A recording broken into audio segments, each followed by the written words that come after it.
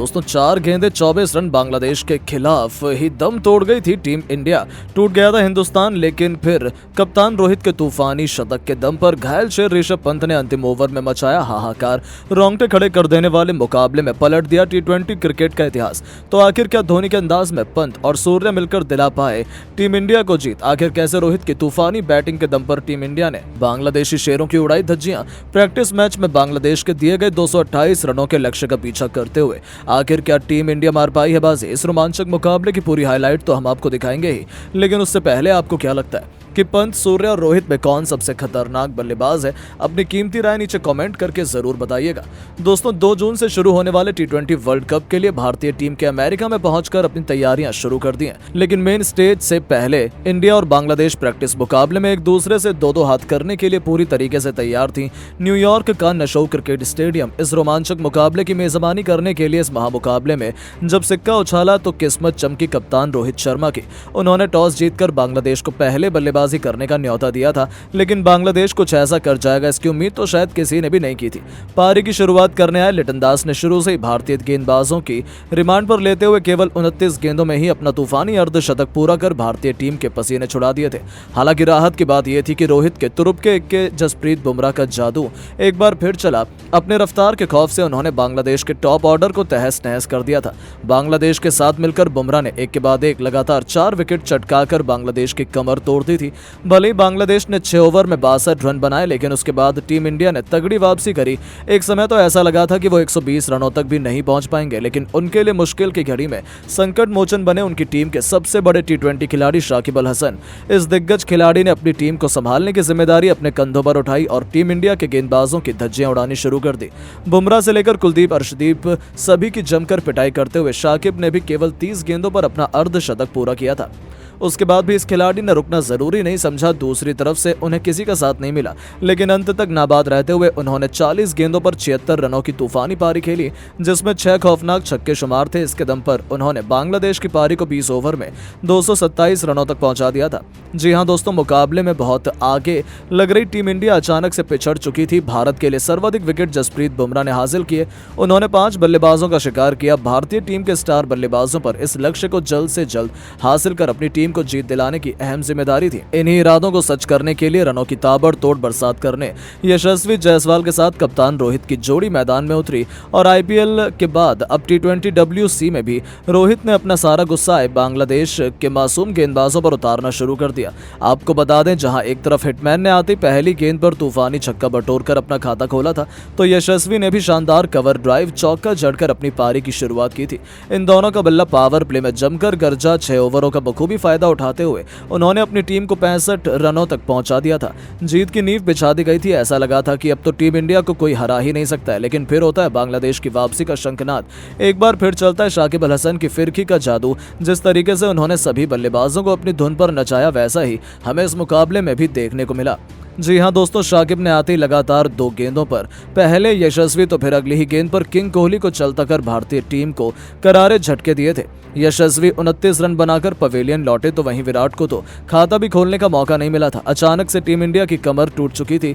Bangladesh match में वापसी आ चुकी थी। इसके बाद मैदान पर लंबे समय बाद टीम इंडिया में वापसी करने वाले ऋषभ पंत कप्तान रोहित शर्मा का साथ देने के लिए आ गए। इन दोनों बल्लेबाजों ने मिलकर खूब तबाही मचाई और टीम इंडिया के स्कोर को 10 ओवर में ही 110 रनों तक पहुंचा दिया, जहां रोहित ने तस्कीन अहमद की गेंद पर सिंगल लेकर केवल 31 गेंद पर अपना अर्धशतक पूरा किया।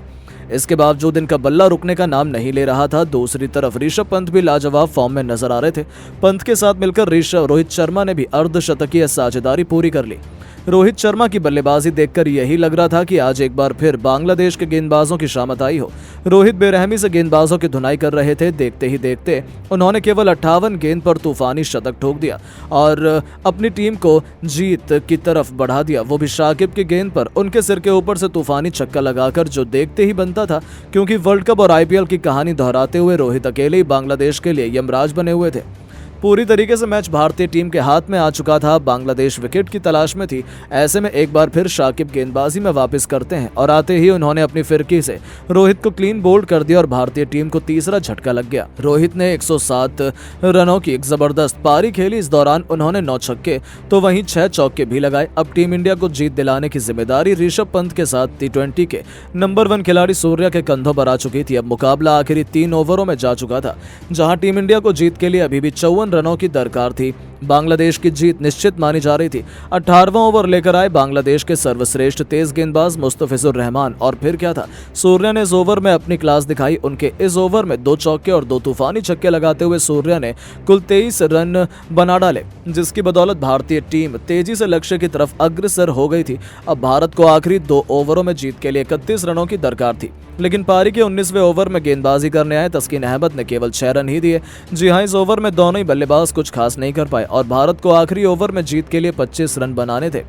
इस बार दोनों बल्लेबाजों को रोकने की जिम्मेदारी आन पड़ी थी मुस्तफिजुर रहमान के कंधों पर। लेकिन दोस्तों, पहली गेंद पर सूर्या उनकी बाउंसर पर चकमा खा गए तो दूसरी गेंद पर सूर्या बड़ी मुश्किल से केवल सिंगल ले पाए।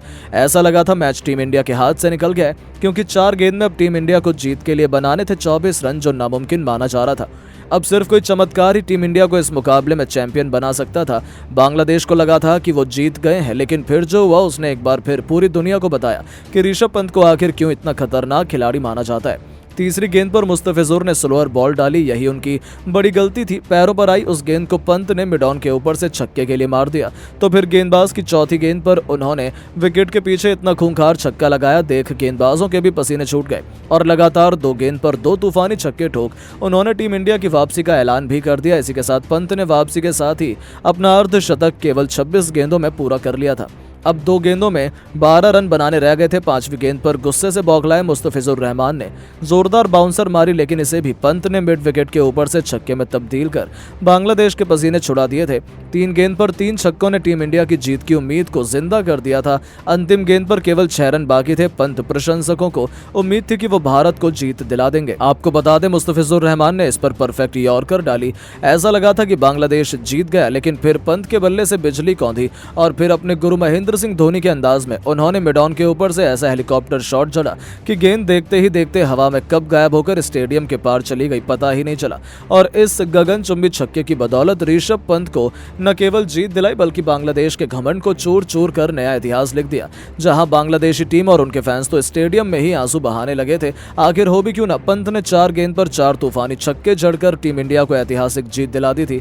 और जिस तरीके से टीम इंडिया ने बांग्लादेश के खिलाफ ये प्रैक्टिस मुकाबला एक तरफा तरीके से अपने नाम किया, उन्होंने दिखा दिया कि भारतीय टीम इस बार T20 वर्ल्ड कप अपने नाम करने के लिए तैयार है और वो कोई भी कसर नहीं छोड़ने वाले हैं। लेकिन दोस्तों, अब आपको क्या लगता है कि पंत, सूर्या और रोहित में कौन सबसे खतरनाक T20 बल्लेबाज है? क्या टीम इंडिया इस बार T20 वर्ल्ड कप की चैंपियन बन पाएगी? अपनी राय नीचे कमेंट बॉक्स में जरूर बताएं। दोस्तों, जैसा कि आपको पता है, T20 वर्ल्ड कप के लिए उल्टी गिनती शुरू हो चुकी है, जहां पर T20 वर्ल्ड कप को शुरू होने में अब मात्र कुछ ही घंटे का समय रह गया है। लेकिन इस बीच अब भारतीय टीम भी अपनी तैयारी को मजबूत करने के लिए अंतिम दाव चलाने वाली है। आपकी जानकारी के लिए बता दें, वर्ल्ड कप के शुरू होने से पहले सभी टीमें वार्म अप मैच खेल रही हैं, जहां पर भारतीय टीम ने अभी तक एक भी मैच नहीं खेला है। लेकिन अब भारतीय टीम को अपने पहले वार्म अप मैच बांग्लादेश के खिलाफ खेलना है, जिसके लिए दोनों टीमें पूरी तरीके से तैयारी में लग चुकी हैं। तो आइए इस बारे में बात करते हैं। तो सबसे पहले दोनों टीमों के बीच 13 मैचेस खेले गए हैं, जिसमें 12 मैचों के अंदर भारतीय टीम को जीत मिली है, वहीं एक मैच में बांग्लादेश की टीम को जीत मिली है। ऐसे में अब यहाँ पर भी दोनों टीमों के बीच एक रोमांचक मैच की उम्मीद की जा रही है, जिसमें दोनों टीमें शानदार जीत दर्ज करने के इरादे से मैदान पर उतरने वाली हैं। दोस्तों, भारत और बांग्लादेश के बीच ये रोमांचक वार्म अप मैच न्यूयॉर्क के नशाओ क्रिकेट स्टेडियम पर खेला जाने वाला है, जो कि हाल ही में बना है। और ऐसे में इस टेम्परेरी मैदान पर आज तक कोई भी मैच नहीं खेला गया, लेकिन यहाँ पर काफी ज्यादा रोमांचक मैच दोनों टीमों के बीच देखने को मिल सकता है। आपकी जानकारी के लिए बता दें, यहाँ के पिच रिपोर्ट के अनुसार यहाँ पर तेज गेंदबाज को काफी ज्यादा फायदा मिलने वाला है, क्योंकि यहाँ पर लगाई गई पिच को एडिलेड से लाया गया है, जहाँ पर तेज गेंदबाजों को मदद मिलती है। और ऐसे में यहाँ पर भी तेज गेंदबाजों को मदद मिल सकती है, साथ ही में बल्लेबाजों को थोड़ा बहुत दिक्कतों का सामना करना पड़ सकता है। वहीं दोनों टीमों के बीच मौसम के हाल के बारे में अगर बात करें, तो दोनों टीमों के बीच मैच वाले दिन तापमान काफी ज्यादा ठंडा रहने वाला है और ऐसे में बारिश की संभावना ना के बराबर है, जिसके चलते पूरा मैच देख देखने को मिल सकता है